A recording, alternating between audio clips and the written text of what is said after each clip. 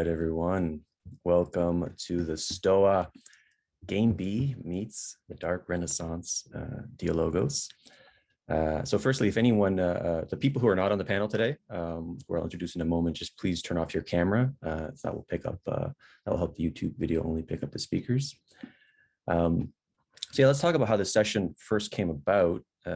So the Stoa, I think a month or so ago, we premiered a film called The Initiation to Game B, followed by a Game B Dialogos that was featuring Jim Rutt, Jordan Hall, Daniel Schmachterberger, Tyson Young-Laporta.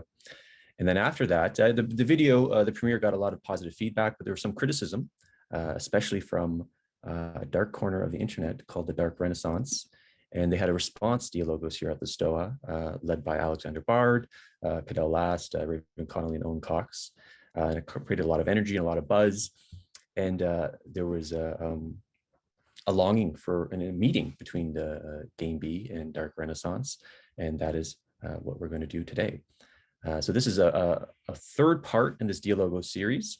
And on this panel will be Jim Rutt, sort of representing Game B, Alexander Bard, representing Dark Renaissance, Cadell Last, who's associated with the Dark Renaissance, and feel free to correct these associations. And then Zach Stein, who doesn't identify with either Game B or Dark Renaissance, as far as I know, but who can speak intelligently on both. And then Zach will be sort of the soft lead of the Dialogos today.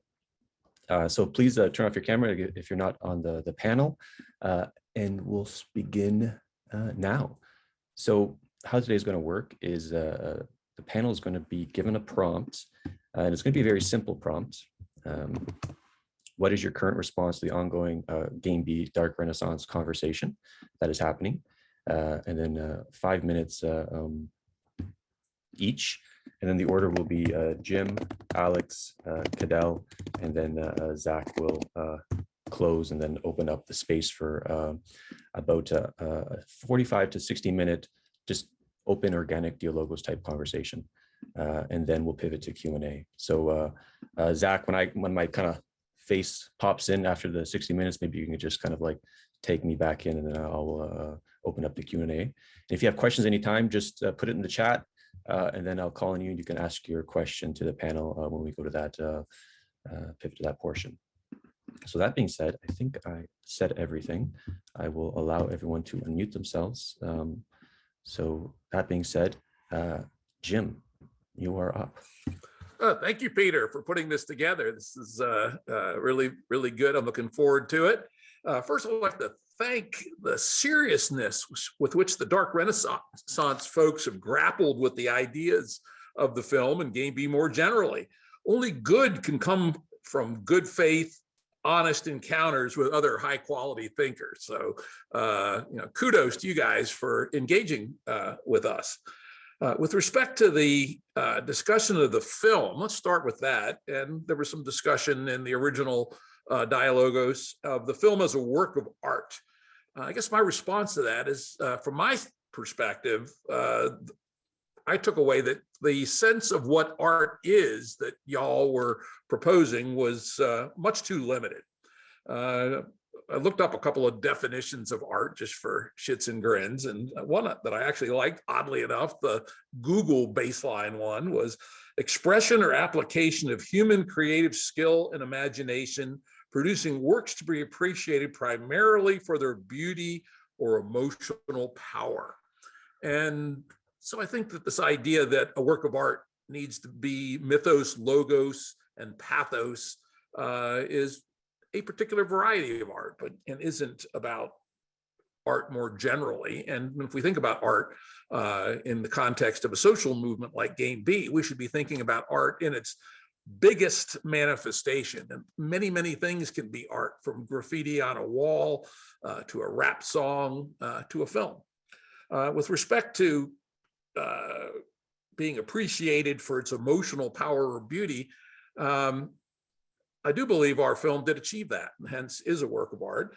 I went through some of the comments this morning on YouTube associated with the film, and I'm gonna just read off a few of them. I was left with tears at the end. This is an amazing gift to humanity at this time. May it inspire a deeper connection with the heart of all hearts. I'm tearing up here. Wow, inspiring, truth, beautiful. In addition to the anonymous voices of the web, I also had personal conversations with two folks who told me about watching the film, and interestingly, in both cases, with their children. In both cases, one case, the child was 10, the other 12, at that liminal age. There's a reason so many science fiction stories focused on 10, 11, and 12-year-olds.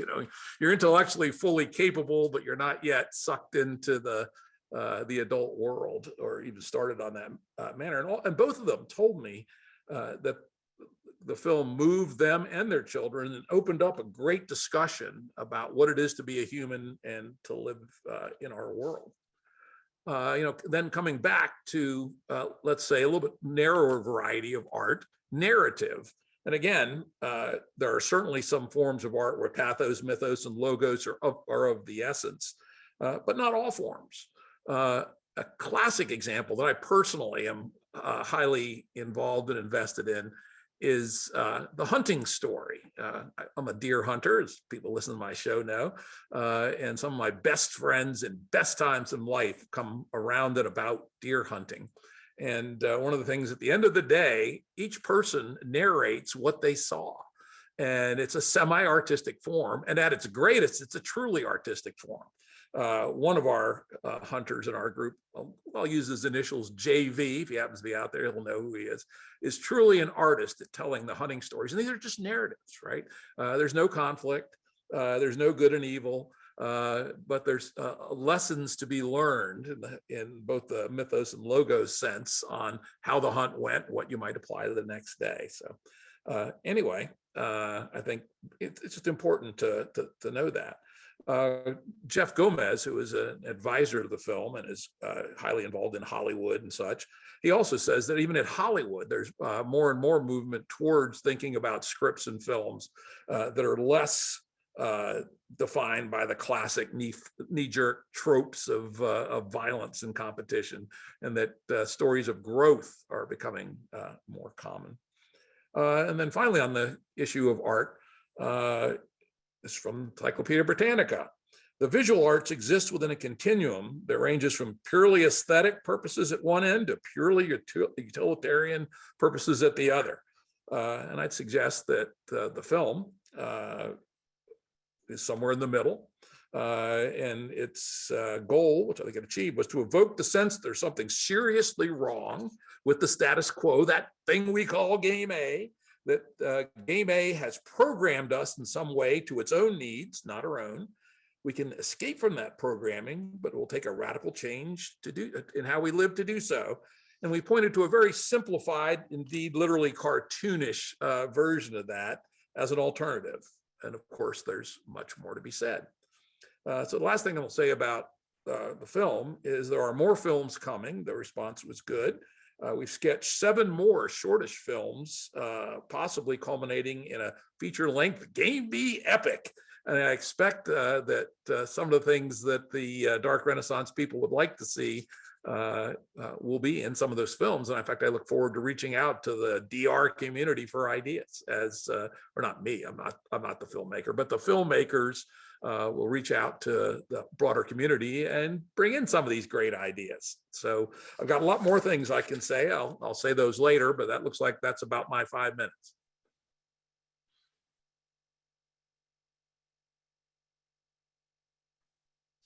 Bart, I think you're up. All right. Something happened on August the 6th, 1945, that changed the world forever. That was quite an event. The first atomic bomb blew up over Hiroshima. And I think we all agree that nothing is the same after that day. We know that we're perfectly capable through the very technologies that actually define us as human beings. We're the only technological creature. Language itself is a technology, it's an information technology. So our technologies have caught up with us, and we suddenly created technology that if we didn't use it properly, We could, of course, tame it and use it for nuclear power, for example. If we didn't use it properly, we would go extinct using this technology. Then the internet came along, and the first thing the internet showed us when we started to weave all the satellites around the planet together, and we had a new phenomenon actually that would survive nuclear warring. The internet would do that because it's decentralized. And because it's a decentralized phenomenon, it can survive just about anything. So it's very resilient. But the first thing the internet told us once it was here was that there was climate change going on. And then when all the data came in and it became processed, it was obvious that this time around, the climate change was happening at a much more rapid pace than ever before. There's been climate changes before, but this was happening at a much more rapid pace. And it was caused by us, mainly caused by us. So we have two very clear things here, I think we all agree on, that are very acute.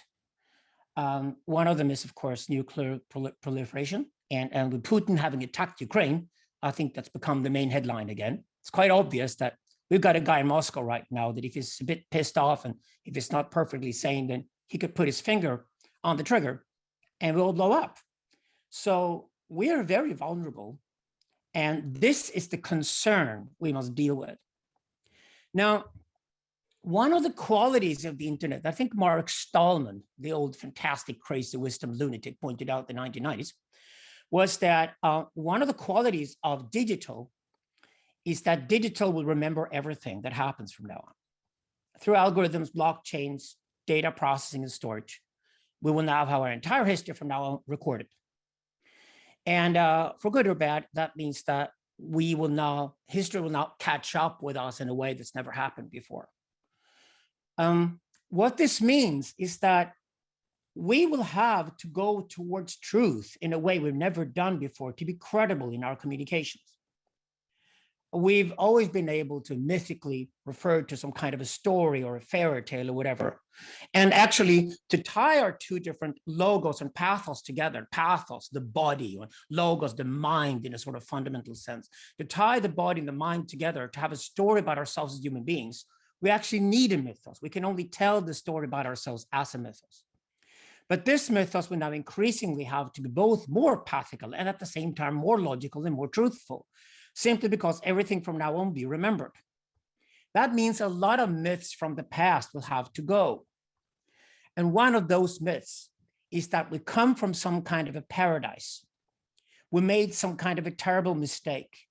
And after we made that mistake, we're now stuck in hell. And the only way to get out of hell is to get back to paradise. And most ideologies, at least here in the West, from Christianity to communism, have thrived on this idea. There was a paradise, we fell from the paradise, and must get back there again. And I think this is a myth that has to go because it isn't true. Not only will we find out more about ourselves and everything we do will be stored forever and recorded, but actually we can now also go into deep history of mankind. Anthropology will now be tied to data. Archaeology will be tied to data. Our own psychologists and sociologists will finally become scientists because they will be tied to data, and they will have to be evidence to arguments in the future. And I think at this stage, my critique of the film, and it's not a critique against Game B per se or the people who made the film, many of them are now also members of the intellectual deep web, which I find fantastic.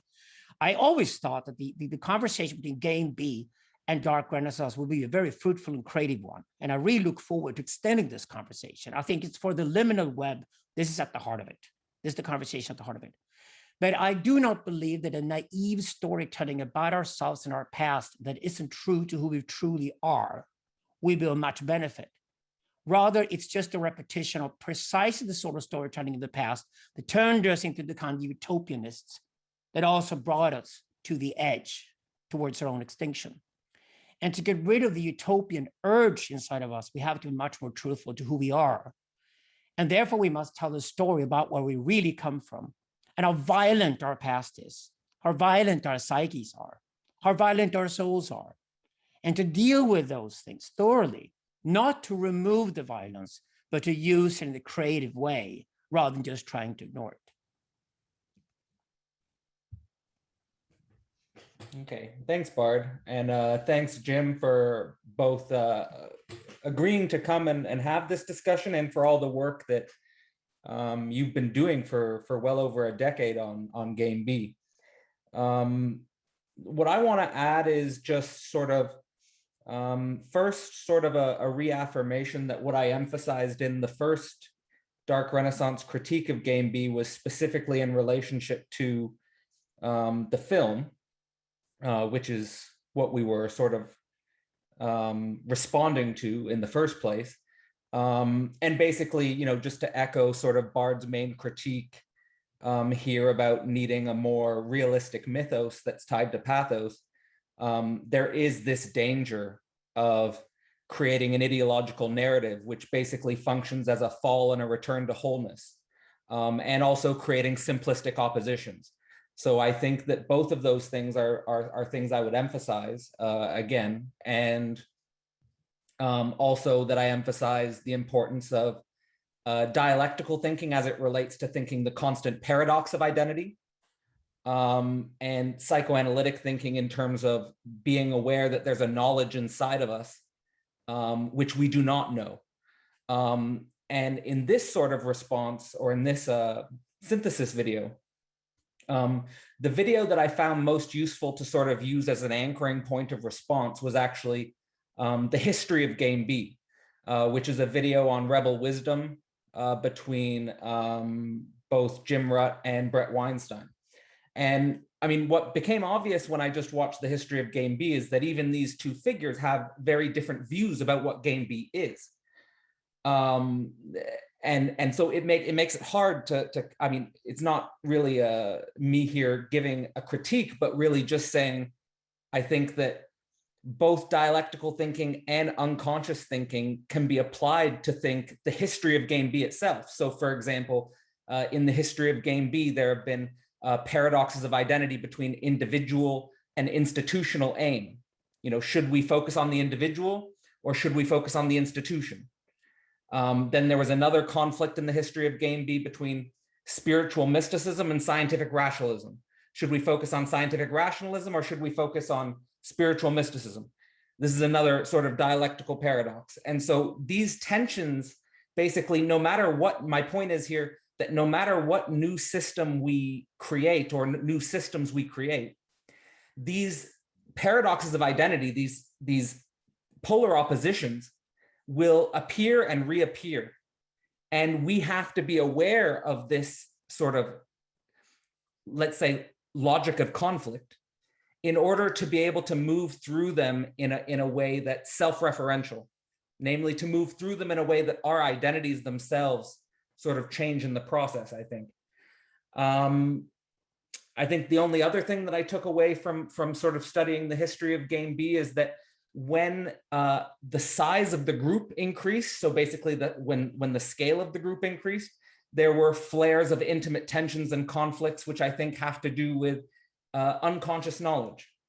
So being aware that, you know, when we are sort of trying to build alternative systems, and I think this is something that Brett Weinstein emphasized in the history of Game B, is that we can have a sort of explicit logic or a conscious logic of what we want to do, but then when we act on it, it will turn into its opposite. And so this sort of paradox of something that you want to happen turning into its opposite is another weird thing about human nature that I just think we have to be increasingly aware of, which is just the unconscious dynamics of our minds. And then I think just to sort of sum up my end time, I just want to say that as it relates to dialectics and the unconscious being applied to my life, I think where I work is just this idea that my identity is just an ongoing paradox, and that the basic rule of social life has always this risk of an exploding negativity, that social life can come apart at the seams at any moment. And just to be aware of that, and also that, you know, to stay with sexual energy as the basic reality of my day-to-day existence, that it's the basic ground of motivational structure.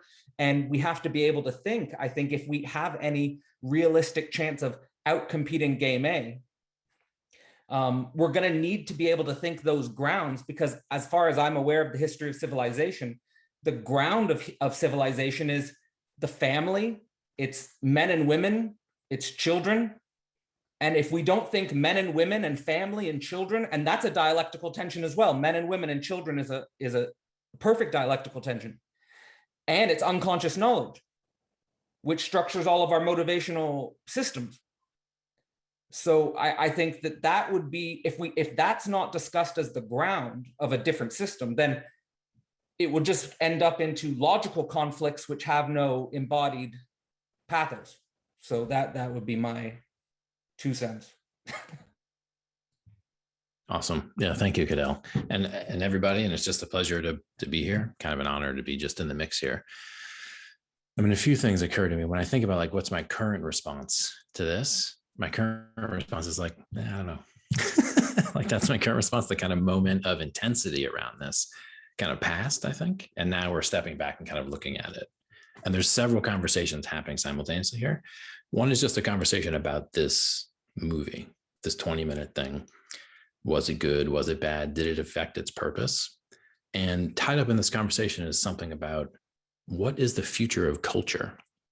And what does the future of culture need to look like for us to navigate this kind of like crux that we're in, this kind of like fulcrum moment? So like the future of culture needs to be, I'm hearing, different than culture has been in the past in very precise ways because of the nature of the moment, right? And so this question about the future of culture and this movie as an attempt to somehow embody the future of culture, and the Dark Renaissance saying like, no, that cannot be what the future of culture looks like. And then there's this other conversation about what is Game B? What are the kind of set of propositions and commitments that constitute this thing Game B? And is it really the case that some of the stuff that appears in the movie to be a little bit kind of questionable, is it the case that those are the actual propositions that Game B is committed to? Is there even a group that's committed to a set of propositions, right? So there's also this question about like, what is the Game B thing? And for example, would Game B, like if you took a poll, would they all say, yes, we used to be in paradise, then we committed a sin, now we need to return to paradise? My guess would be that no one associated with Game B would agree to that statement. Everyone would actually talk about the intensity of the violence of history and a whole bunch of other deep kind of anthropologically deep-seated characteristics rather than like an Eden and then a fall from Eden and those kind of things. So there's this question about, is there that much disagreement actually between what some of you guys are saying, especially the psychoanalytical bit, which if I had to say where I would put my money, I would say, yeah, there haven't been any psychoanalysts really involved with Game B. and Game B itself needs to be psychoanalyzed, if you will, which is what Cadell was beginning to do, essentially, which I completely support. But my sense is many in Game B would want that, because many of them know that like the emotional blockages and the personality bullshit and the ego bullshit and all of that is one of the things that's in the way. And if you want to outcompete Game A, we actually need to solve those problems, maybe primarily before we solve the other problems, which is to say, do that work first. So I agree with that critique, but I don't think that that would be like an unwelcomed critique. So I'm kind of feeling into that.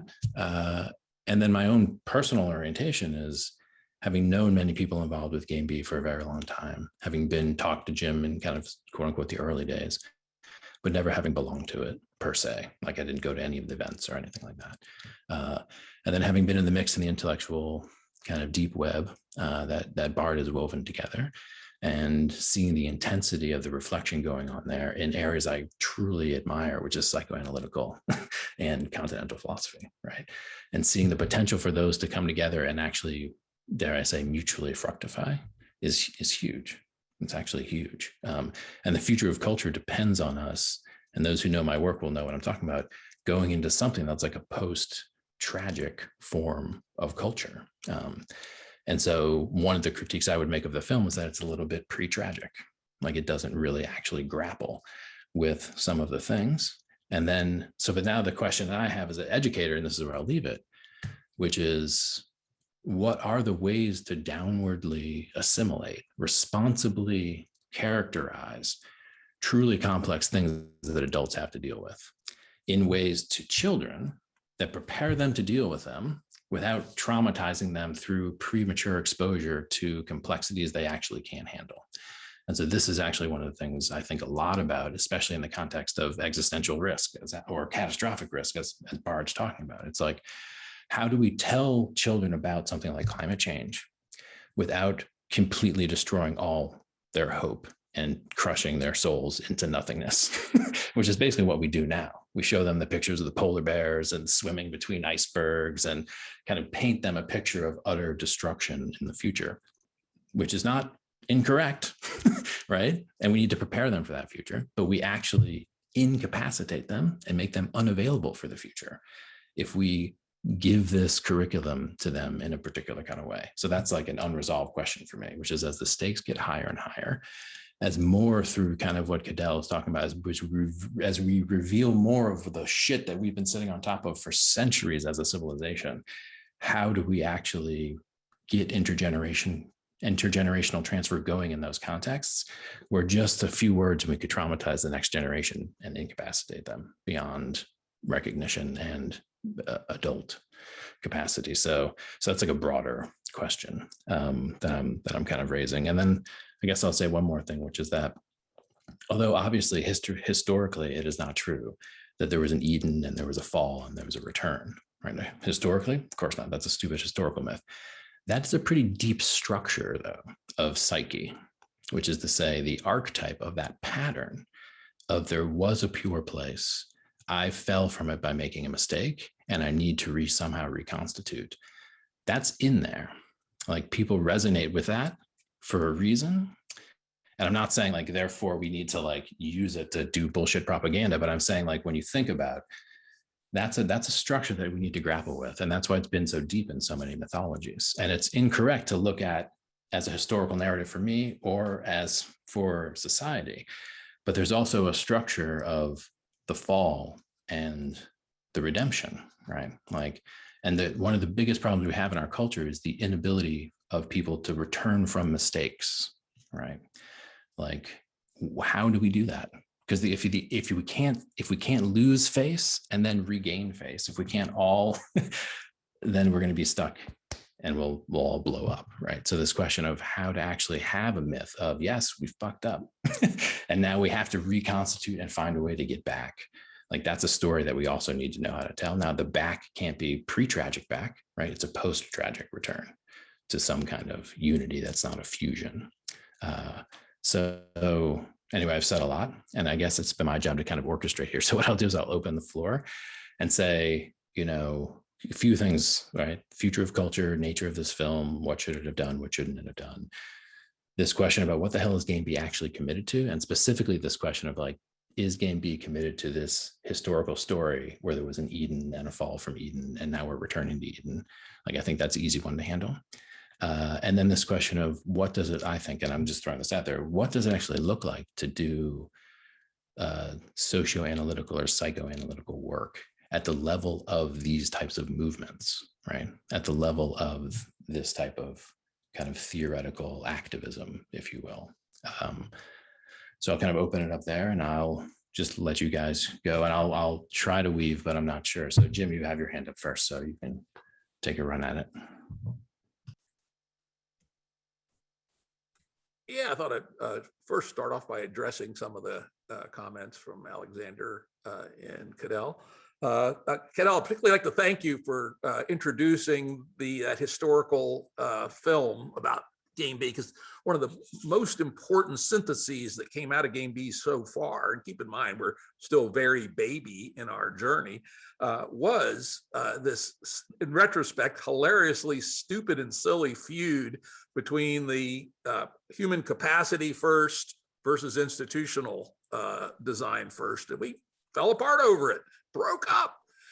When we look back, we all laugh and say, what fools? The answer, of course, is both, right? But with different emphasis for different people. The institution, the more capacity in the humans, or different capacity, because frankly, I'm a no new man person in some sense. Humans is humans, but they can have additional capacities.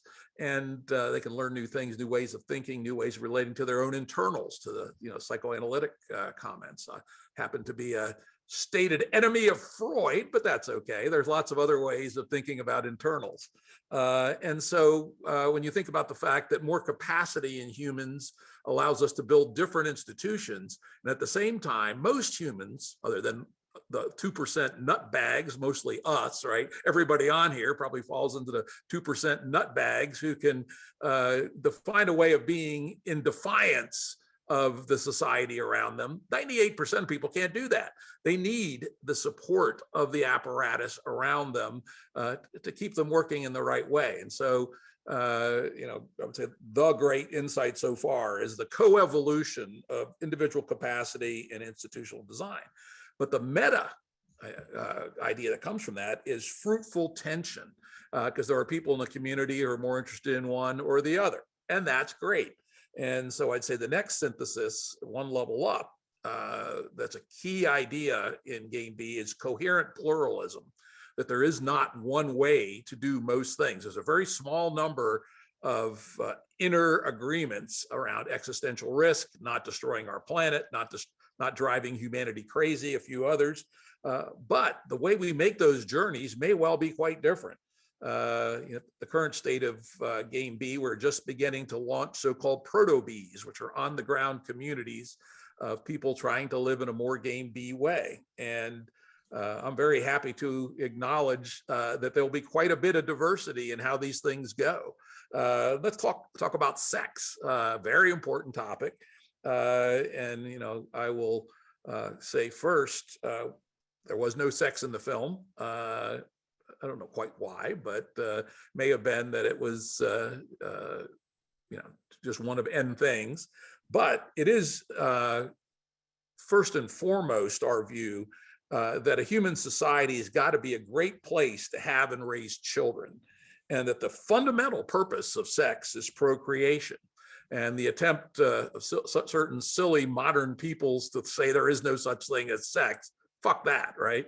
Or that society shouldn't be putting a lot of effort towards making itself a very good place to be a parent and to have children. And that's very important.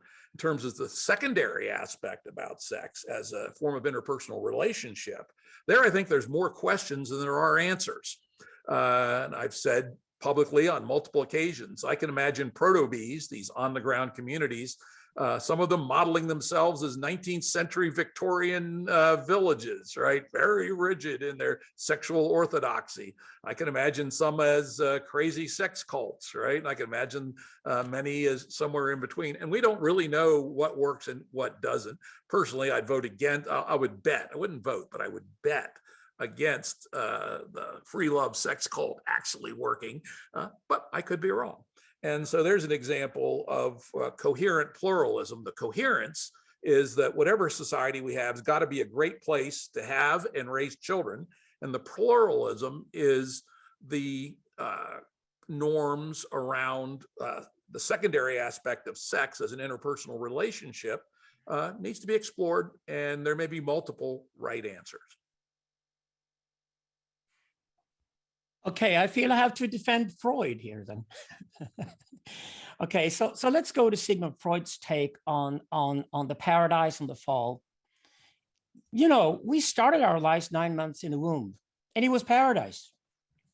And psychoanalysis begins with the idea that birth is horrible, so damn horrible that thankfully we forget about it. So we can't remember our own birth. That's what rebirthing would be, a horrible idea. You don't want to be born again, to be honest about it. But if you think about it that way, the universal aspect of the paradise and the fall and the attempt to return to paradise, according to Freud, there's a Western aspect of it, this sort of Judeo-Christian version of it, which is not universal, by the way, but the sort of universal aspect of this myth and the fact that it's tied to nature, our very own nature, is the idea that if you do long back to the oceanic feeling, these are Freud's own words, if you do long back to the oceanic feeling that we had in the womb or the matrix, okay? If you do long back to that, it can only reduce us to being real infantile. We will never grow up. And I think the problem is with the sort of abundance we've created through capitalism and the sort of the price we paid for all the wealth we're trying to distribute reasonably, reasonably fairly between us. But the fact that what we created over the last 300 or 400 years, the massive amounts of wealth we created, instead of just investing it in further enculturation, we basically consumed most of it. And that's, of course, one of the problems why we're stuck now with climate change. But if you look at it deeply, it is the infantilization when the connection between the effort that I put into something and the results that I get back from that, or rather the efforts that I do together with a group of people, say a family or a clan or a tribe, and then when we get back from that effort, when that connection is lost, I'm just drowning in all the consumer goods that I've got around me these days. And that infantilizes me. And I think we have to understand that one of the reasons also why this myth no longer works, and I'm adamant about this, it might have worked perfectly in the past. It might still work in Disney movies. But the concerns we have now are way more serious than making Disney movies about them. And if we don't want to make Disney fairy tales here, we need to understand that the door is locked. We can never go back, because the very idea that there was a paradise and there's a fall and we can return to paradise turns us into infantile slaves. And we can no longer afford to be slaves. We've asked for the abolition of slavery so we can all try to be masters from now on, or citizens in a society. And if we want to be grown-up citizens in a society, we can no longer be slaves and we can no longer be children. And I think the problem here is that for the storytelling going forward, to be honest about it, we must remove the idea that we turn grown-up people into children or we turn free people into slaves. It is freedom, and we've asked for it and we've got it and we must keep it. And I think that is why we must stop telling these stories about there was a paradise and we fell from it, because there never was a paradise. There could be a paradise in the future. I'm all for the exodus towards the paradise. I'm all for believing in the biggest dreams you could dream of, but we've never been in a paradise. We must not believe that the own womb we come out of is a world that we will ever want to return to. Yeah, it seems like in this conversation, there is some utility in staying on sort of what Zach emphasized about. It's not simply enough to deconstruct this fall from and return to a paradise, that there's a deep structure of the psyche here. And echoing what Bard said, I think that this deep structure does have something to do with a radical understanding of embodiment, that every single human that ever existed spent their proto life in a womb.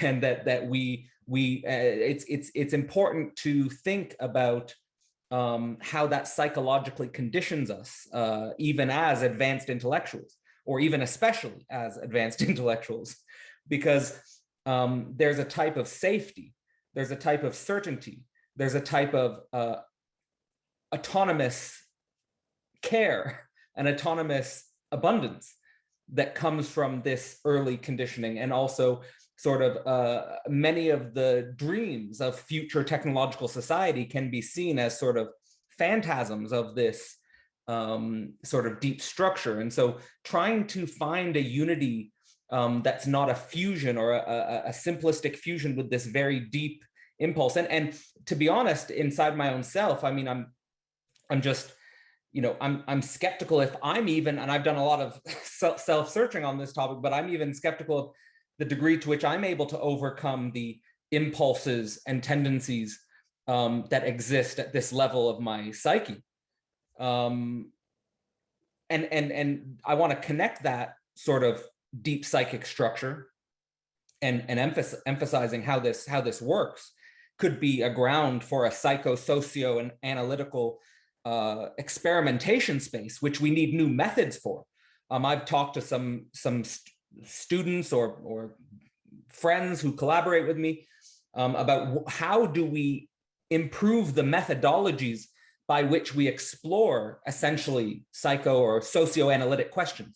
For me in my own life, I haven't just done through analysis, but also I think men's circles and women's circles are basic socio-technologies that are needed to work through the underbelly of truth that are needed for on-the-ground communities, and sort of the ethical, mature, self-responsible adults who would need to lead new type of what Jim Rutt's calling proto-bees. And the final thing I'll say as regards to thinking proto-bees, and that's what I'm really interested in, to be honest with you. If I would take anything that I'm personally interested in game B, it's proto-bees. But like, so in regards to this idea of proto-bees, I want to throw out emphasize this relationship between abstraction and concretization, because usually I think as a rule, that when ideas of society get implemented on the ground, in order to become concrete and to see what the abstraction really is, you have to go through a lot of emotional turmoil or negativity, as I would say. So that step from going to game B as an imagination, game B as a let's do something that's better than game A. And Brett Weinstein even said in the History of Game B video that game B has to naturally outcompete game A. It can't be something that we force on people. It has to be something that's actually better. And then people would naturally gravitate towards it because they'd see, oh, well, this is actually a better way to live. This is actually a better way to raise my children. This is actually a better way to find a partner and to build a life. So, I mean, that's why I would say, as it relates to proto-bees, do they become somewhere on a spectrum of everything? I think this is a hilarious image, and I think we should use it as a thought tool. Everything from a Victorian style sexual ethic to a 1960s hippie free love sexual ethic, and everything in between. And how does that get processed? And what emotions and what social technologies do we need to embody this better world? Not perfect, but better. So I'll end that. Yeah, Jim, go ahead.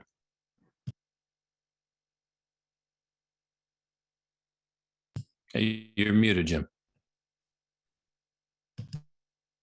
Finest cussing there. Oh, well.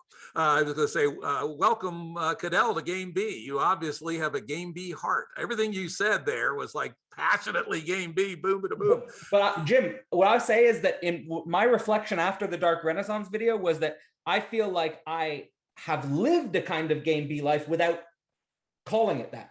Exactly, as have many people, right? Hence one of the reasons for the film, to send the ping out to people who are already on the road.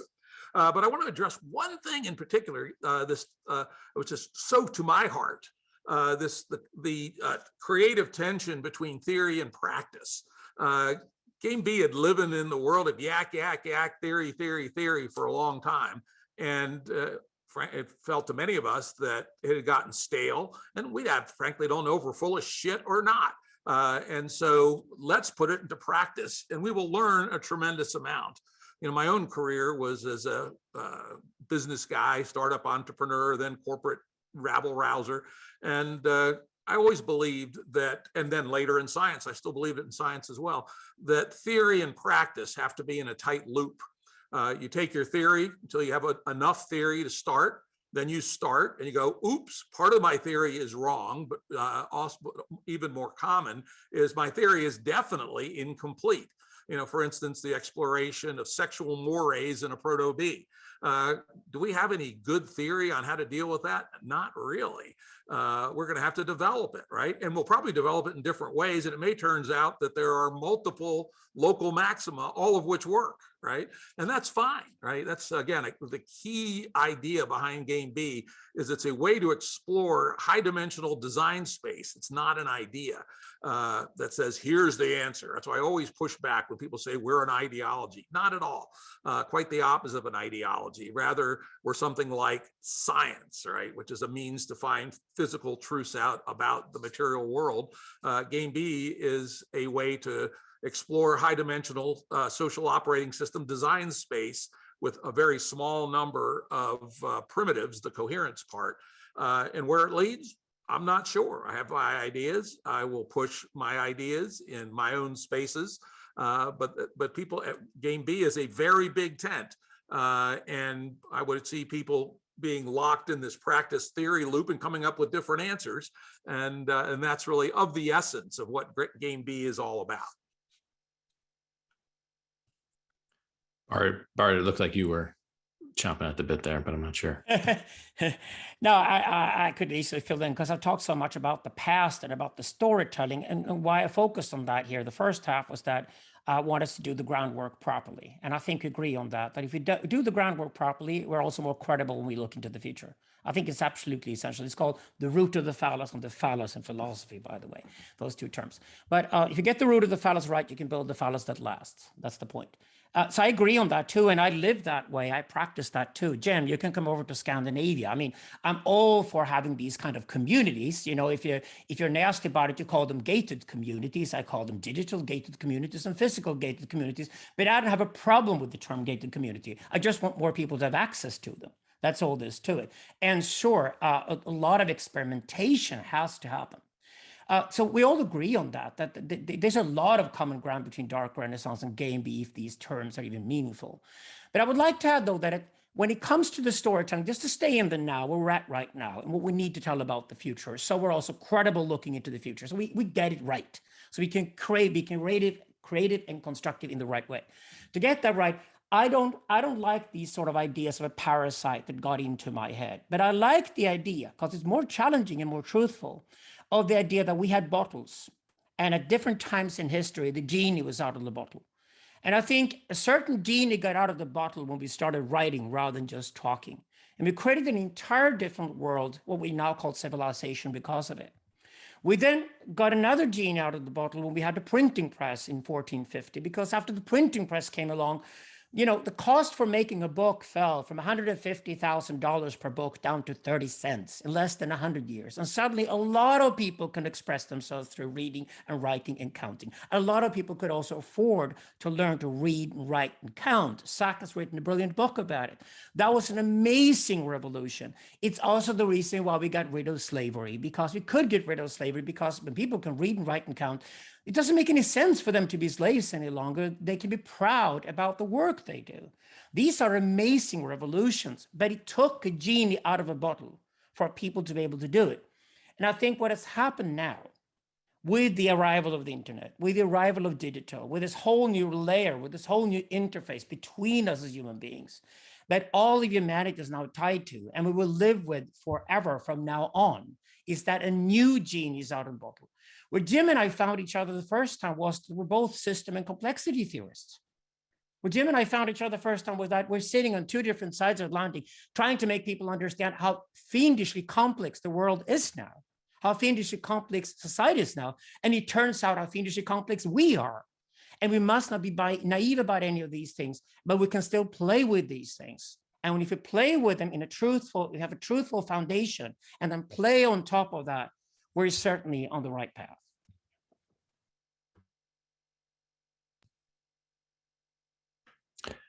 Yeah, it's been fascinating to hear this, and this is kind of where I thought the conversation would go. I mean, my reflection on this is twofold. One is that, you know, any culture that succeeds, that outcompetes whatever this is that's pretending to be culture right now, as Bart is saying, infantilization, I think, is the right term. But I kind of like infants too much to use that term. So we're actually turning people into something worse than an infant, I believe. But if there's a culture that's going to outcompete that, and this is my hypothesis about the post-tragic, and this is, again, my little critique of Game B, would be that it actually needs to be a culture that can deal with loss and death, because that's what's coming. No matter how well we play this, even if we play this perfectly, with this being the transition between worlds, there's going to be tremendous loss. And there's going to be the possibility that cultures cannot reform in anything but a self-terminatingly traumatized way. And this is, again, the question about how do we carry out intergenerational transmission in this moment. And so I believe right now, the sexy cultures that appear to be pulling people in as if they're different are the cultures that are pre-tragically resolving the situation. And they involve drugs, and they involve sex, and they involve a whole bunch of currency and a whole bunch of stuff that people believe are going to kind of bring us into something that resolves all of this without some fundamental basic loss and confrontation with a different kind of human situation that ever existed before. We haven't really metabolized the bomb yet, Alexander. We just put it out of our mind. But in order to actually metabolize the bomb, it means we need these post tragic cultures. Now, in certain moments of history, I believe some of the great religious traditions accomplished that in moments of civilizational transition. So now we're back to the kind of hypothesis that the culture of the future is one where God is everywhere again. And the kids know that, right? And that's a huge statement. Because if you look at the adolescent mental health crisis right now, and you look at the crises in the youth, it's a crisis of meaning making, very fundamentally. Now, there's a whole bunch of other unconscious knowledge they have about inequality and risk and all of that. But at the end of the day, we have zero good answer for them to their most profound questions.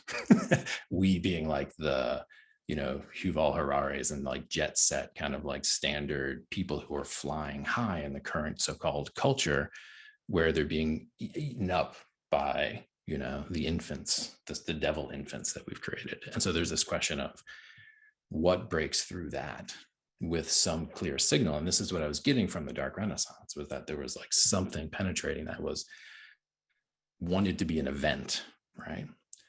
Whereas Game B is back more larger, strategic, larger umbrella kind of thing.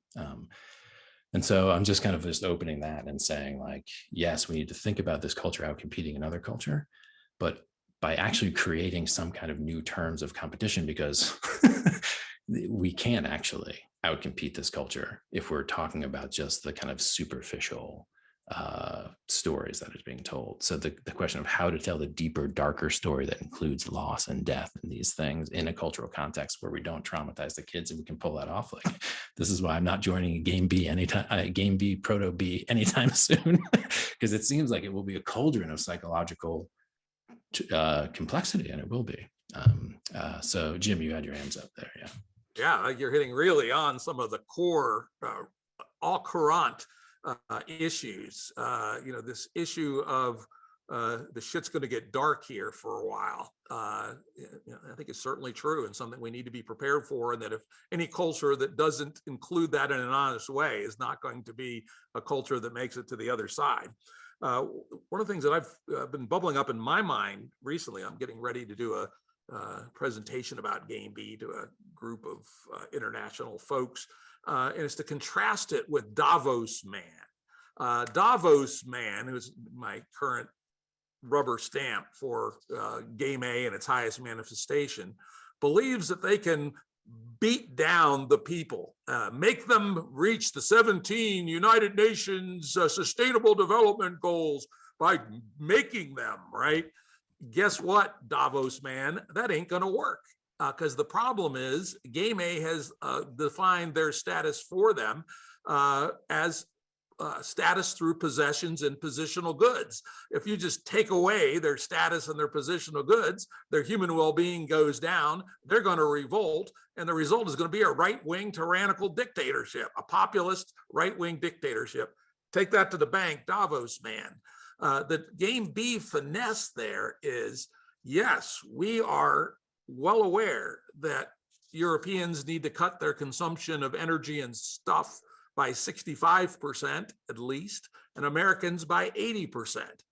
But if we move to Game B as we do this, our human well-being can actually increase, because we're not defining human well-being as status through possessions driven by a short-term money on money return loop, but rather building and rebuilding actual human life, the way we've lived for hundreds of thousands of years. What I have come to call the mesoscale. And the big mistake that modernism made about 100 years ago was moving away from the extended family and the face-to-face community, and having the services that were formerly provided by those two instead be provided by the market and the government, two faceless and cold institutions which have their own inherent logic and run away in a classic bureaucratic fashion. And if we can return to a place where humans' well-being is designed and operated at the humane scale, we can cut back our consumption of stuff massively and have our human well-being go up. And this is to outcompete them. They come, the Game A'ers come to a Proto B on a Airbnb getaway weekend, and they say, "Damn, isn't this a better way to live than the rat race where, yeah, maybe have fancier cars and bigger houses, but that's not what life's all about. And so I've now come pretty strongly to the view that the Davos man strategy of beating people into submission to fight climate change ain't going to work. Just think of the modest increase in diesel prices in France that produced the yellow jacket movement. And that was, yay much of what Davos man has to do by his top-down beating. The only way we're going to make it to the other side is to redefine how we live such that our actual in the body human well-being is upregulated. At the same time, our consumption of stuff goes down.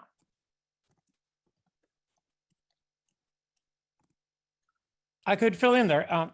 Agreed, Jim. The question, though, is whether that comes top down or comes from the bottom up. And that's why I've been, I've written a lot about religion and spirituality over the last 30 years. And I think what people are good at is actually mimicking. What they're not that good at is actually inventing. But there are people out there who want to invent. And if the people who invent create a model that works, then anybody else can copy it. And that's what human beings are actually very good at. So what we're looking at right now, I agree with you, Jim, here, is that those communities need to be around where people live in a way that other people can look at and say, well, that's a higher quality of life. And I think the two things we're lacking today that market and state have killed for us, and I don't want to blame market and state, by the way. I think we all have ourselves to blame, because I think market and state are top down. I don't think we have to be. I think it can be bottom up. But when we talk about bottom up and being human, we're talking about the return to the private, and we're talking about the return to the sacred. Because what the state and the market have done is that they've killed the private and they've killed the sacred for us and forced us to live in a world where everything is profane and everything is public. And the first 30 years of the internet have endorsed the profane and the public. You're supposed to have your own little personal Instagram account. You're supposed to show yourself naked to the entire world all the time, because otherwise you're not getting the attention you desire. So the first 30 years, the sort of the kids' disease version of the internet we had so far, have fostered us to go as public and as profane as possible. I saw you, Jim. Yeah, you'd be hot if you took off your clothes off. Yeah, I give you gay porn roles soon, so don't worry about it. Daddies are in these days. But anyway, the thing is that the private and the sacred must be returned, but I think that it's a cultural struggle and not a political struggle. And I don't want that to go political, because if you take the private and the sacred and the struggle for their returns, if you take that top down and political, you get the Soviet Union. That's the problem. That's why I think the spiritual awakening has to start from bottom up, and be bottom up from the very beginning. Personally, I'm involved with Burning Man. I'm involved with the Burns over here in Europe. I think there's a connection between the four of us. Certainly Cadell will get involved over here too. And now also when burner communities are becoming permanent and they're creating different lifestyles. That's just one of many examples of attempts that people are creating larger families or even clans, to be honest about it, that work.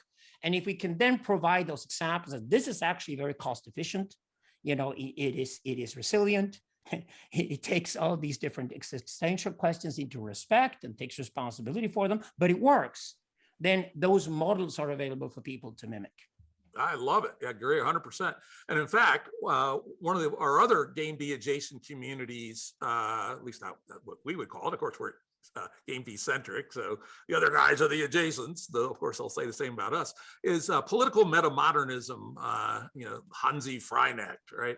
And my main argument with the Hanseites is while they admit that it doesn't have to happen this way, their assumption is it's top down, coming from the state. And I suppose that's an easy mistake to fall into if you're from Scandinavia, because the state has been perhaps less rapacious and less cold and heartless than it's been elsewhere, though my friends in Sweden tell me that's no longer the case. And Davos man's in control in Sweden too. I'm sure Alexander could speak to that.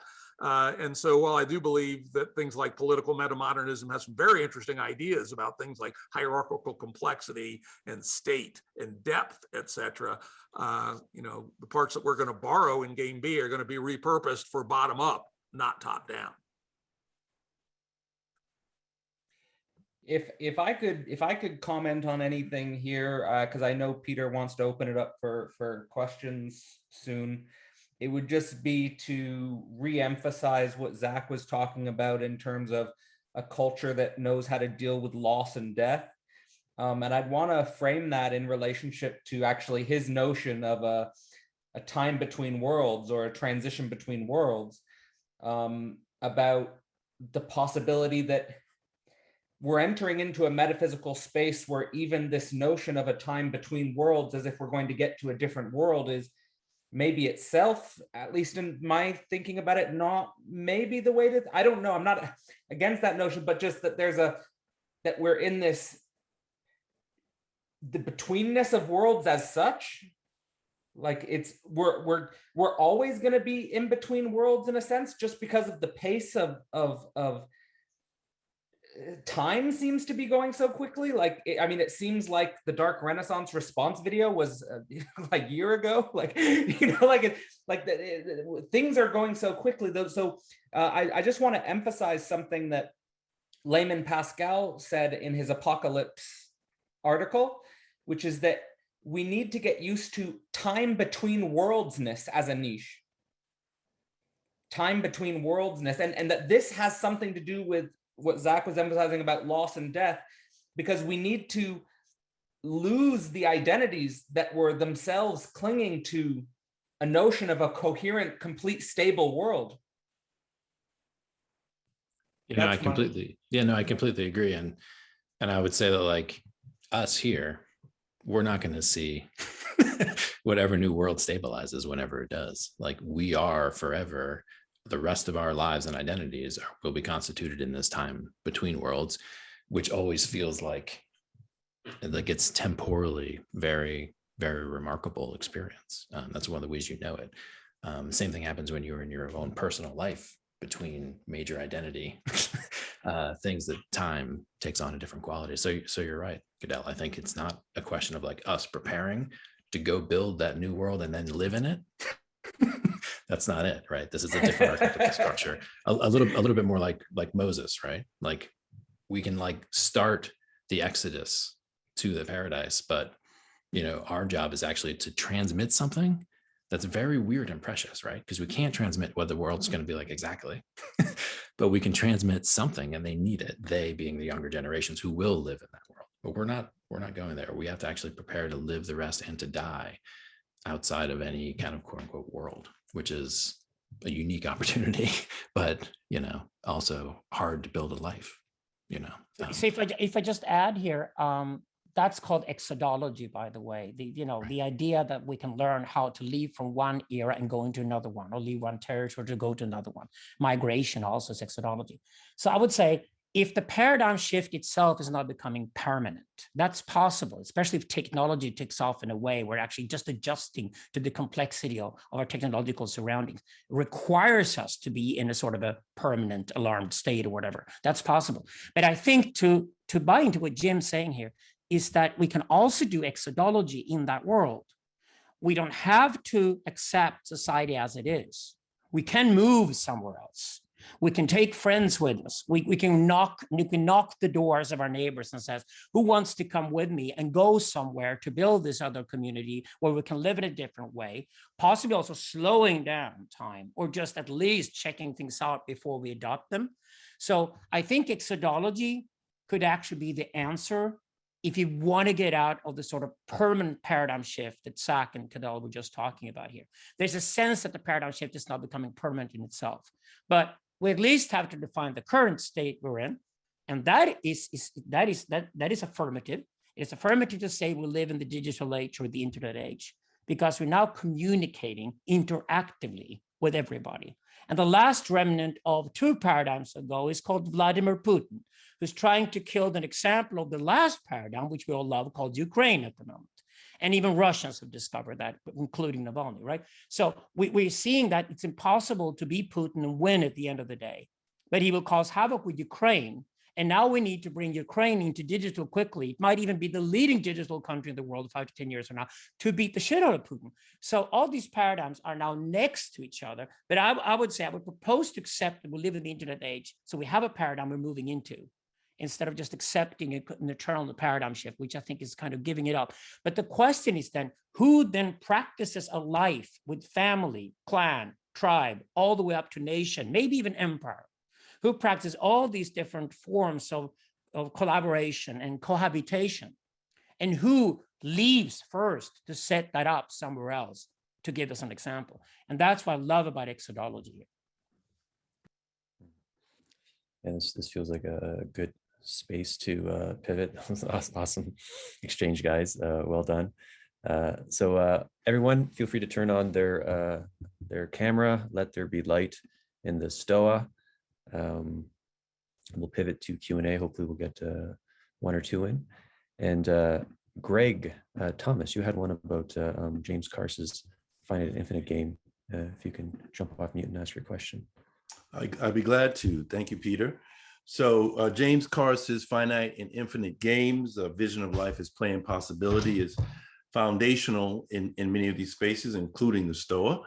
And so my question, I guess, particularly to Jim and also to Zach, because they are the game B side, quote unquote, is game B analogous to Carson's Infinite Game, whereas game A is analogous to the Finite Game? And I'll just add this concept of the infinite game, which is meaning to play the game, to continue playing the game, which is why poetry and art and culture is so foundational for Cars, and why I'm very glad that Jim and his panelists, after they showed the film, talked about art, but it's been applied to many things. Simon Sinek applies it to business. And Recapture the Rapture, Jamie Wheel applies it to American democracy or democracy itself. So I'm wondering, as a concept, Jim, Zach, is this important, do you think, for what you're conceiving of as game B?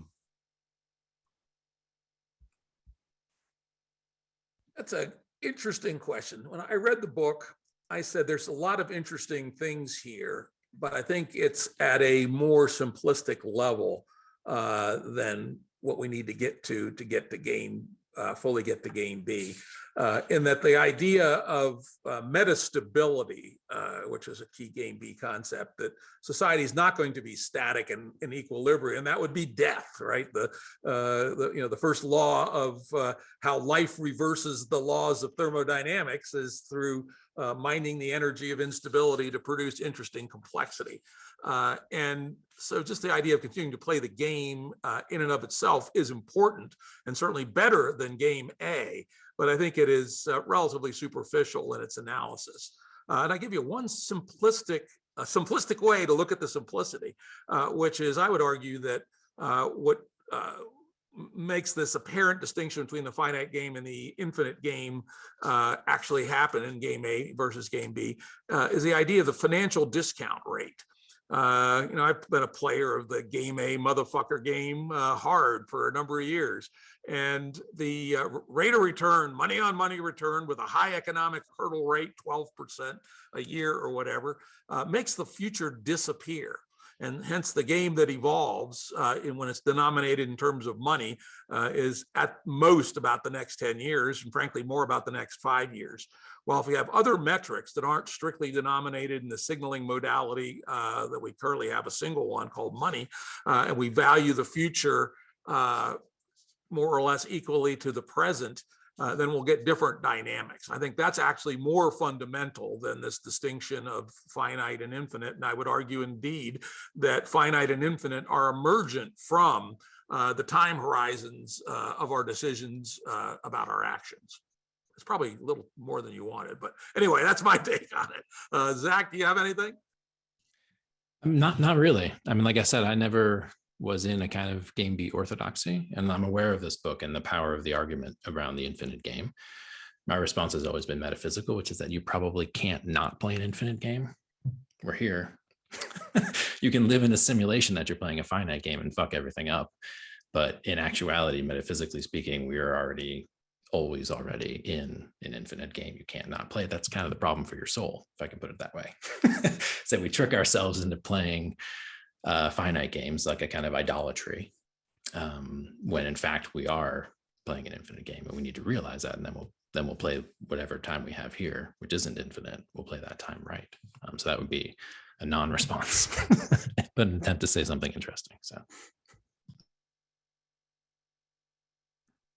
Cadell and Alex, do you guys have any thoughts? I'm just not an expert on that book, so I don't want to say anything really. I think Greg posed the question to Zach and Jim beautifully. So let's move on to the next question. Thank you, Greg. But Alex, I mean, but if you have something to say, man, you always have very interesting things to say. So I didn't mean to be exclusive in that way, please. No, but it was about the game definition and its limitations. So I'd leave it at that. But thanks, Greg. Thanks a lot. Thanks, Greg. Patrick Ryan, the Dark Stoa's very own Patrick Ryan. If you have a question, feel free to ask it. Howdy, folks. I just put the final touches on my question. Let me read it as non-awkwardly as possible. I'm glad that Moses was brought up because when Moses asked for God's identity, the response was, "I am that I am." To most word cell scientists, this is tautological and unsatisfactory, but to epistemic shape rotators, and I'm using Andreessen terms here, it's actually a refreshing post identity, that type of response. But why is that?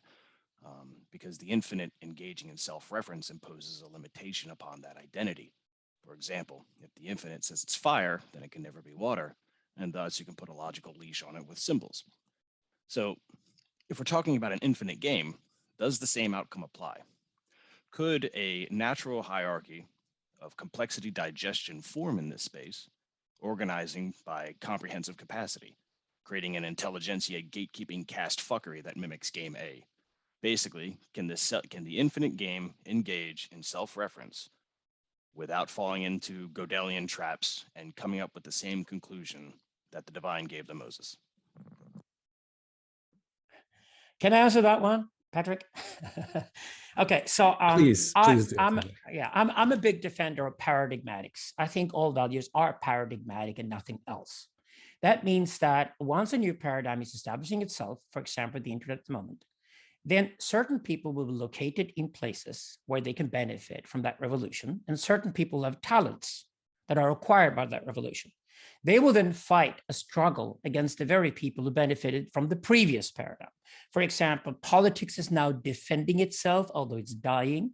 Academia is defending itself, although it's dying. Mass media is defending itself, although it's dying. And most of all, the advertising industry is defending itself, although it's dying.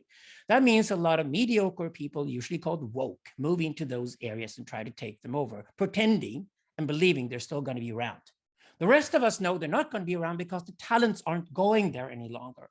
Talents have this little fantastic human quality. They sort of sniff where things are really happening, where they can explore their talents and express them properly. That's why I'm interested in Exodus. I'm interested in people today who said, well, we're not going to be there. We're going to be over there instead. And we're not going to be in that time. We're going to move to another time. And we're going to institute the new time. And we're going to construct the new time and establishing it. And that is what talented, creative people do historically. So I'm more interested in working with tech startups than anything else in the world. And I'm more interested in working with tech startups in Nairobi, Kenya, than I'm interested in working with anything else in Stockholm, Sweden. So that means that my map is all about where does an autocracy, a new internet elite, establish itself. And I think what's going to happen first is you have a Nietzschean turn. You have a new elite that establishes itself. They just happen to be the people that are the most talented. Then it turns out they're not mature enough to run the show, or other elites step forward as well. And that's exactly why Silicon Valley was premature and infantile, because Silicon Valley was only people who collected and processed data to try to control us, like little boy pharaohs, little pillar saints always try to do. And now they've been exposed to being 11-year-olds, every one of them, and things have to mature. That also means the two other autocracies have to establish themselves. One of them is very, very problematic, and that's the sensocracy. We're undoubtedly moving into a police state. We're undoubtedly going to have cameras everywhere and microphones everywhere, because we're going to collect data about just about everything. Even to solve the climate crisis, we need a sensocracy. The problem, though, is that the Chinese version of that sensocracy is a dictatorship. And it turns out historically that if we institute power splitting into systems before we establish those systems, like the US Constitution beautifully did, then we have much more stable systems over time without having to moralize about it. That's why I believe China and Russia will go down. I believe the systems will go down because they run as dictatorships to try to be some Socrates, and it will fail. But I think systems where you distribute power from the very beginning can then be some Socrates that work. So I'm not afraid of the police state, but I want the Taiwanese version of the police state and not the Chinese version of the police state, to speak bluntly. Okay. Then the third one are all of us here, protopians, people who go to Burning Man, people who express themselves creatively, people who do art, as Jim talks about here. So what could be transformative and challenging when it comes to art? What could be really good engineering? What could be really good innovation? Shit like that. And we must not be utopians or dystopians. We must be protopians from now on. Kevin Kelly's beautiful world. Once you see these three groups here, the protopians coming after the sensocrats, and the sensocrats coming after the informationalists, you have a new elite establishing itself. That elite will then present values that benefits that elite until it is forced to read people like Zachary Stein and realize it must distribute its benefits to everybody. Once the printing press was established in Europe in the early 1800s, we realized the power of the printing press and cheap books and newspapers and everything. Then we realized that we will all benefit if you all learn how to read and write and count. And that's when you can be Marxist rather than Nietzschean and say, why don't we distribute all the benefits we just established by understanding what the internet can do for us?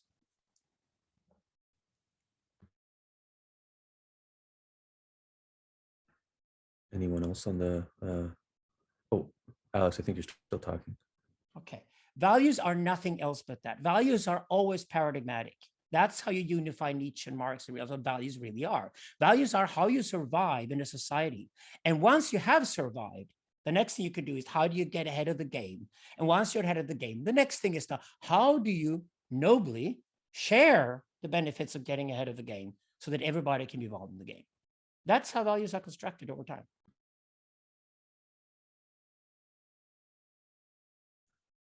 Yeah. Anyone else on the panel, feel free to jump in. Just very briefly, Patrick, if I understood your question correctly, may not have,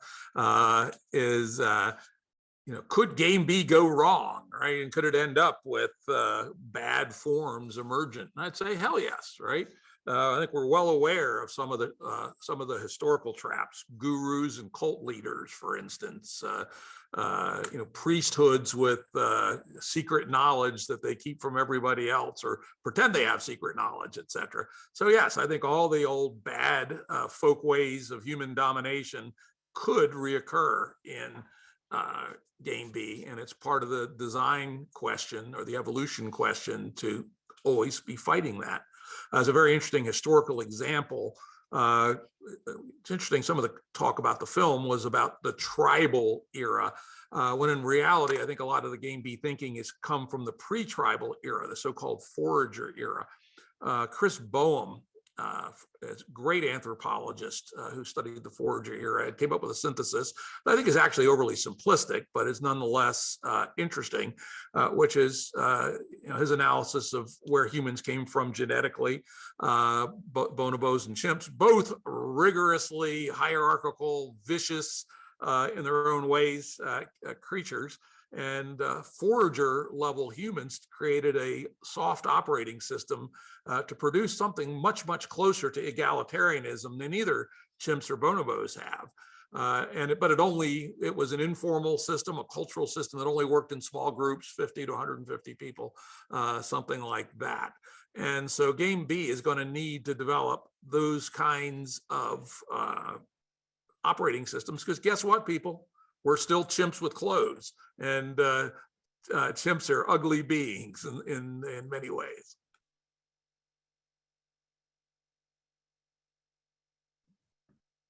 If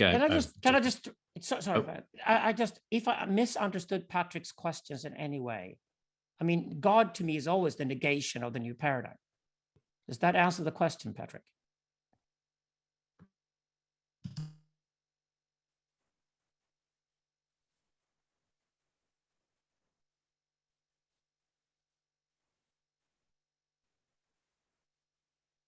I think either he's unmuted or in metaphysical crisis. You broke me. God is negating that outcome. There's an implication the divine can be a symbol when agreed upon that would state sort of like the apex evolution of symbol transmission, which I could see how it could negate the scenario you described as, which is why I focus primarily on one saying as opposed to the divine as a whole, ecosystem concept. I am that I am. I find that to be introducing the self-reference problem long before Gödel and long before long before any of the late 18th century philosophers even came around it. It appears we've been dealing with the self-reference problem for a long time. Oh, but that problem was solved by Hegel. Why don't Cadell talk about Hegelian subjectivity? Because that's why I'm saying it's the negation of the paradigm. So what's important here for people to have hope and build the right thing or whatever, and express themselves, is to go towards somewhere where they can build the temple. And for the temple to be a sacred building, you say that God's going to live inside the temple. God is not of interest. God is always a negation. There's no God there, and that's the point. God is just the excuse for us to go somewhere. Essentially, where God lives is where we need to go to build something. So to have any sort of hope into the future, we need to put God somewhere. And that point in time or space is where we need to go. That's how I use religion. That's why I do theology. That's pragmatic. That's a good bridge. Thank you. Cadell and Zach, did you want to share something before we pivot to the next question? Let's say we go to the next question. I'm good with pivoting as well. Cool. And this might be the last one. Evan McMullen, you had a question. Hey, yeah, really enjoyed the conversation so far. Great. Thanks everyone on the panel.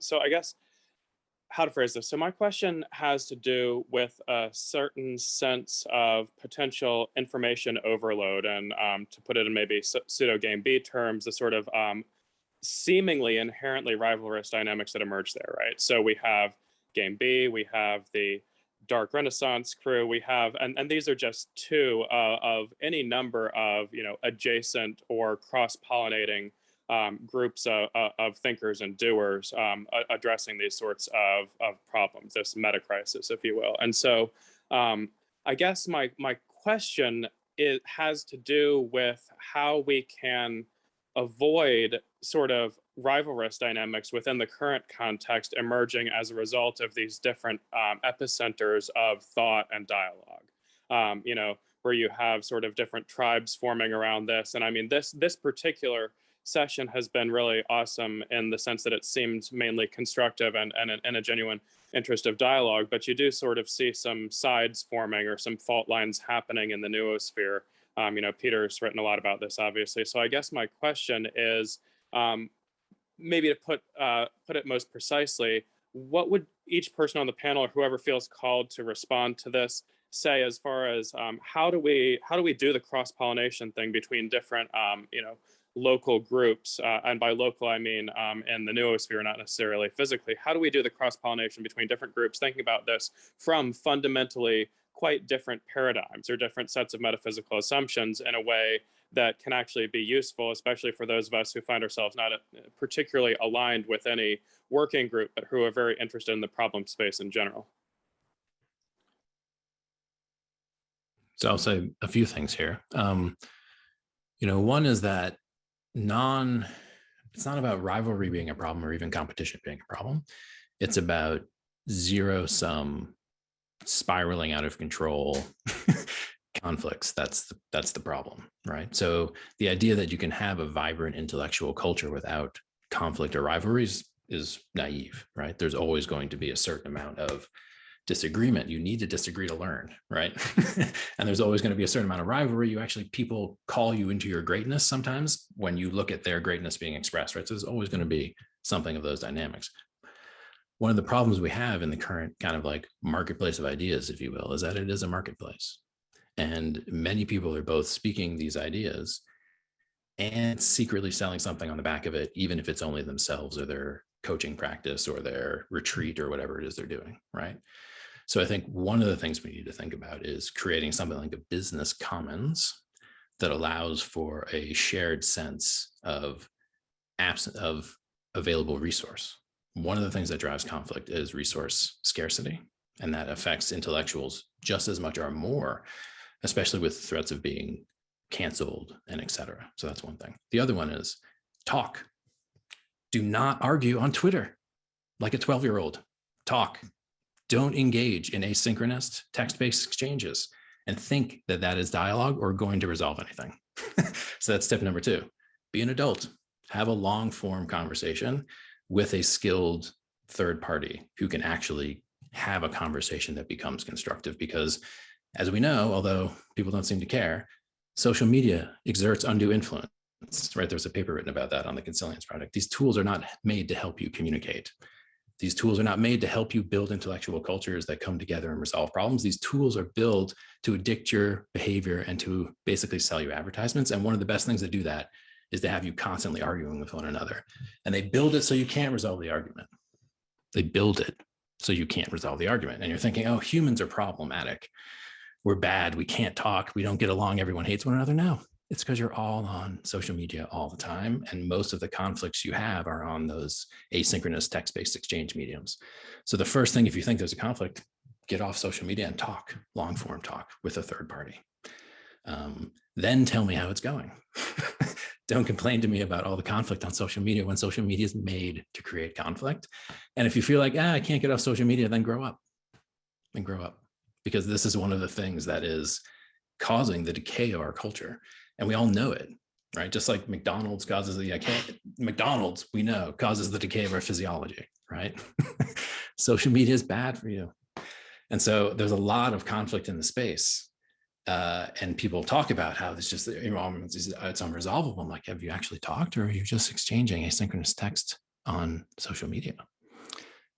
So that would be my second tip. Talk. Seems like simple advice, but these days it's actually complicated.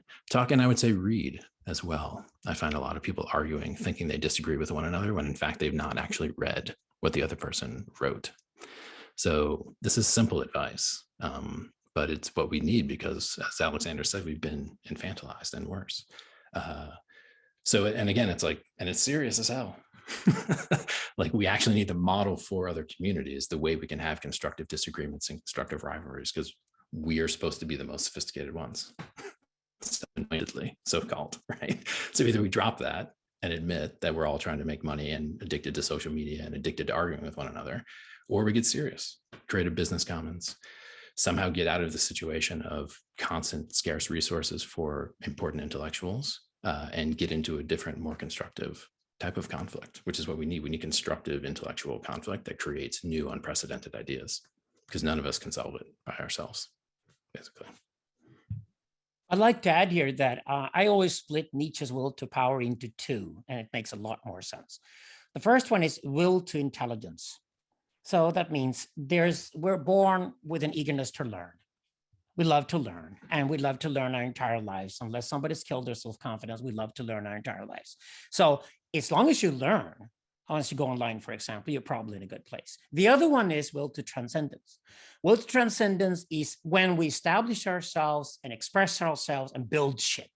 And that's what we talked about this conversation tonight, is that unless somebody does the talk, doing the talking is one thing, doing the walking is another thing. So unless somebody constructs something out of this, nothing's going to happen, right? That's will to transcend, is to express yourself and actually constructing something. Now, once you do one of these two things, what you do is meaningful to you. The problem with social media is because social media is designed to become addictive. And because it's designed to become addictive, it's also circular. That means anything expressed on social media just goes back to the same point all the time. And what then happens to people when they become circular in their mindset is that they don't learn anything and they don't build shit. So what happens is they get stuck in an addictive loop. And this addictive loop in itself is what social media fosters you to be in, because they get paid or whatever from having you inside that loop. Now, once your world becomes completely circular, you don't believe in improvements. You don't believe in change. You don't believe in any constructive attitude at all. All you're set with is resentment. And this is the opposite of Nietzsche's will to power. That means you become resentful about the world. You become bitter.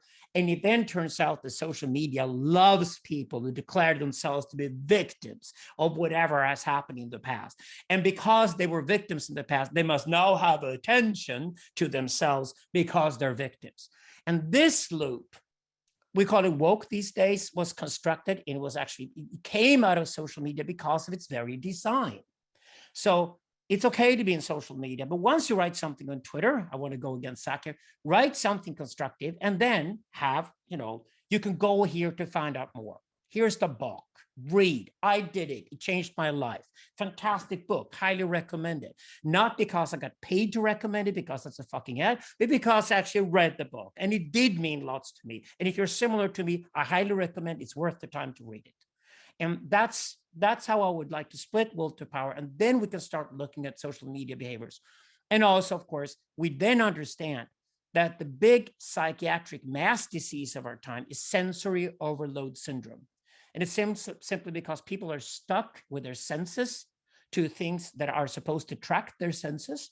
But these attractions are nothing but keeping people into these addictive loops. And that's why we have a psychiatric pandemic at the moment, both in Europe and North America, because people are just getting overwhelmed with impressions that they cannot put a hierarchy into, simply because most of those impressions are absolutely useless. But sensory overload syndrome, or SOS, is something we can talk about in a later conversation. Yeah, Evan, I think you're pointing to something that's very real, but probably appropriate in some ways for the current state of the evolution of the liminal web. Yes, there are many groups, but I don't actually feel like we're in conflict, at least not too often. More often I see there's interpenetration and conversation and borrowing or stealing of ideas from each other. And we're kind of going like this, and maybe we'll come back like that. And in some ways, it can lead to information overload for people that try to follow too many of these communities. So, frankly, perhaps the best one is to pick your train and ride it for a while, and then look to the left and the right at 2 or 3 others. For instance, I've long been a member of Hansi's Meta-Modern mailing list, which is really good. And I've been a reader of Alexander's Intellectual Deep Web for, I don't know, a couple of years. And I follow a couple other ones, but I don't try to follow them all. On the flip side, at some point, there will be, I believe, a gravitational attraction that will produce a loose coupling of a herd of these things. In fact, we tried it last year. 11 groups got together and tried to start something called the Big Change Coalition, Game B and a bunch of adjacents. And it turned out that we're all too busy and all focused on our own things. And truthfully, we found that we agreed when we talked to each other, we agreed, but it wasn't very fruitful. So let's go forth and just stay loosely coupled with an email list. And that was enough. But there may come a time when there's a use for a more formal structure. And I've occasionally run into information entrepreneurs who think that they can create a liminal web clearinghouse or liminal web online service or something. And my sense is probably too early, but if you want to go ahead, go ahead. And if it works, great. If it doesn't, oh well.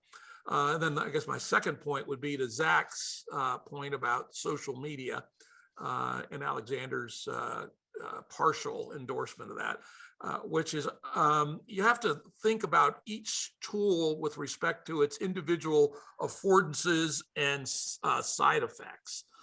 For instance, public Facebook or Twitter are designed to be addictive, keep you in the red button loop and all this sort of stuff, while a mailing list is a different beast with very different affordances and side effects. And I would argue for many purposes better. Or our own Game B site at game-b.org. It's amazing when we move our community from Facebook to our own site. The fights went almost to 0. And I was at first wondering, what's this all about? And I believe it's literally the affordances. The way the Mighty Network software works is cooler. It doesn't suck you in by design.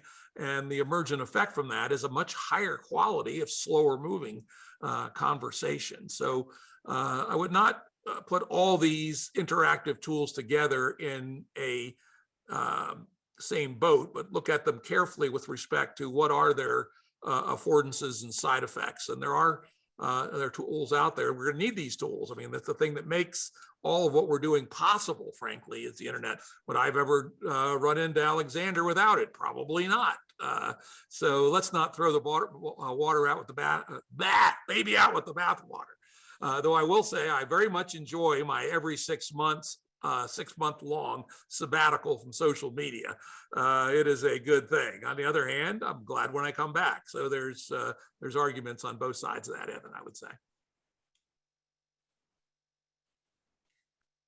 I'm assuming we're probably going to wrap up soon, so I'll just maybe I'll say something brief that sort of, as I sort of pay attention to philosophy, I try to pay attention to what the young 20-something philosophy students are memeing about and what they're talking about in their own little cultural circles. And I think one of the most important memified content focus that repeats and repeats, no matter what philosopher it is that the group is interested in, is something that could be called libidinal economy.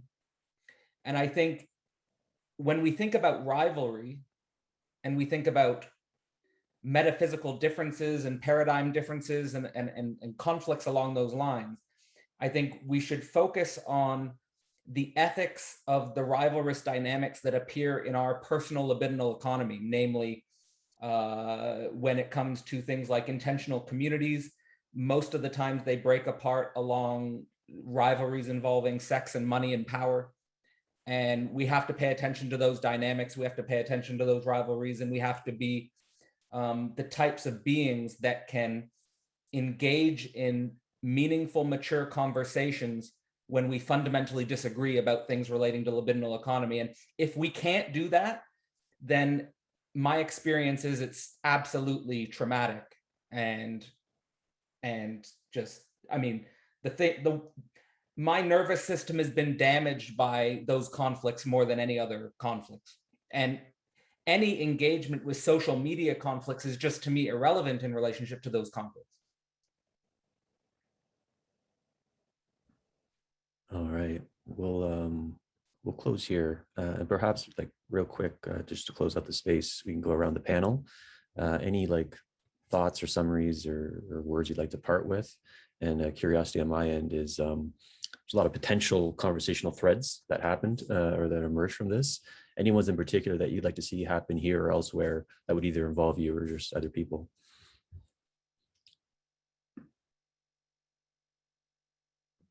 I can finish off first in that case. I would love the liminal web to stay a shared term.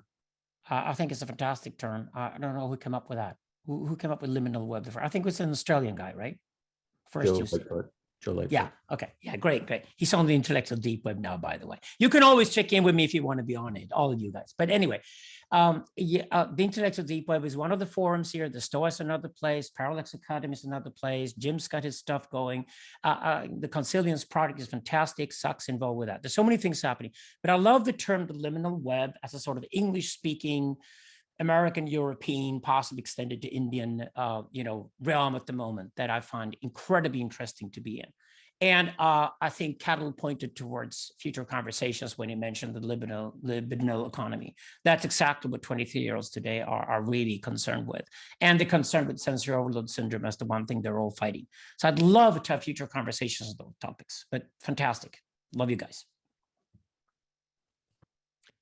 I'll go this. Yeah, this was a blast. This is kind of what I was hoping would happen. And it was just great to get a chance to talk with Cadell. I think it's the first time we've really spoken, and Alexander, of course, and Jim. It's a pleasure. And then Pat Ryan showed up, and I was like, "Wow, this is a scene now." So it was a lot of fun. And then there's so many places to go, like in terms of future conversations. I think obviously this notion of like integrating the deep psychoanalytical work into some of the civilizational design futures is extremely important. And this gets to the libidinal economy type conflicts, which I believe are fundamental, and why I would never join a proto or any community, because I'm too aware of the way, though, that's that shit. It's shit and piss and nipples and mommy and daddy. It's like, this is what's going to happen. Like money and power and sex is what's going to happen. That's so we have to hold that. We have to find a way to integrate that. So that's a whole conversation. And then also, like, Okay, so if we weren't in a paradise and we didn't fall and then we're not returning to one, what did happen during these thousands and thousands and thousands and thousands of years of human history? Like the whole call, Graeber, like deep history, like that whole thing. Because I heard Alexander speak of this McLuhan-esque type of meta history, and I agree with that history. But there was many, many, many, many tens of thousands, maybe hundreds of thousands of years before that even began. So this question about deep history as the deep, like anthro-ontological reality of the human is interesting to me, because that speaks to our future, I believe. So that's my closing mouthful.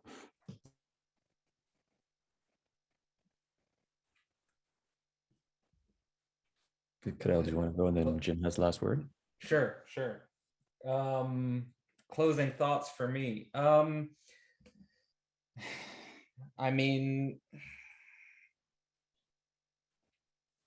I guess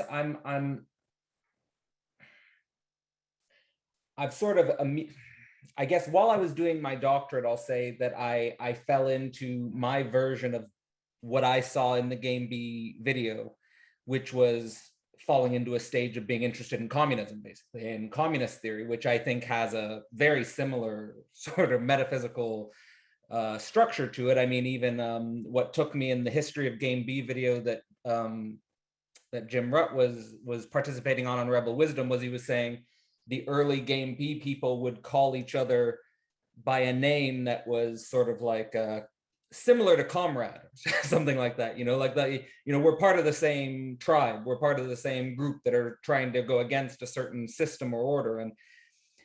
And I just, in my own personal experience and in my own personal life, I've just come to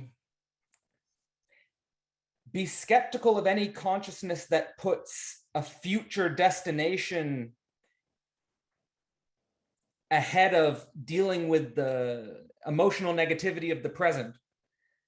And I guess in my day-to-day life, I try to focus on what I call self-relating negativity, is just focusing on the little things in my personal life that are irritating, and they're very small things, like me and my partner not talking for a few hours. Why?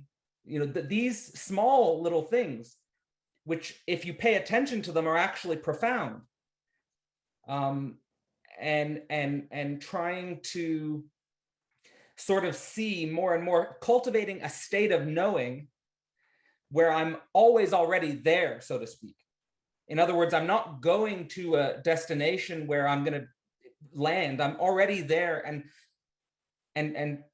that's a sort of state of consciousness that has become more and more permanent.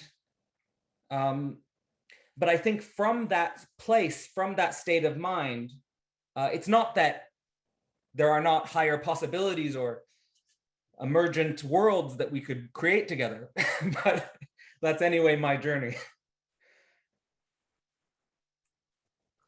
Yeah, for me, this was much fun, and I thought a very positive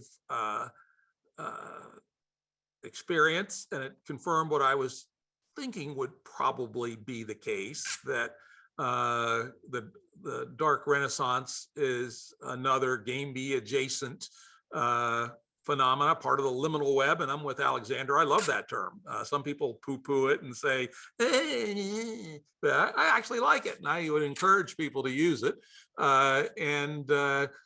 We have different styles, different vocabularies, etc. But that's fine. That's good. And I think I will actually spend a little more time paying attention to the Dark Renaissance. As I said, I've been a lurker on the dark web mailing list for quite a while. I may actually start participating a little bit.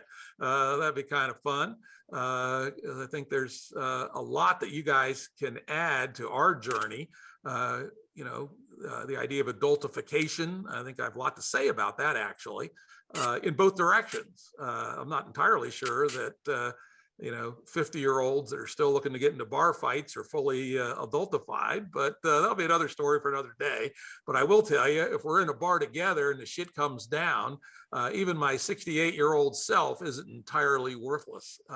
I can still land one when I need to, though again, I might question the adultedness of feeling that one needed to.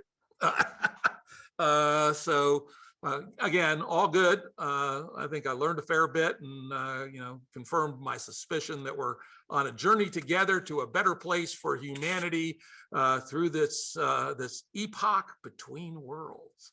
As to additional conversations, I'd like to formally invite, we talked in emails, I would wait until after this was over, to invite Alexander to come on my podcast, because I only got about a third of the way through my topics that I wanted to chat about today. And I expect Alexander and I could drill deep on a number of these things. So Alexander, you good to go? I just tried to unmute. Yes, of course I am, Jim. All right, I'll send you out an invite and we'll do that probably in June or something like that.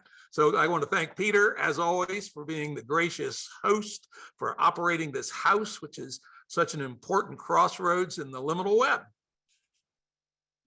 So thank you, my friend. And every Dialogo should end with Jim getting to some kind of bar fight. I think that's a new standard here. And Jim might have a pistol or two as well, so watch out. All right, so we'll close out here. Alexander, Jim, Cadell, Zach, thank you so much. And special thanks for shout out to Jake as well, who's also here. And the Game B film pretty much launched this Dialogos, three-part Dialogos series. I imagine there'll be many more. And then if you want to post session, Ron has dropped a Zoom link, so you can jump off this one and that one if you want to continue this conversation. So that being said, everyone, thank you so much for coming to the Stoa today.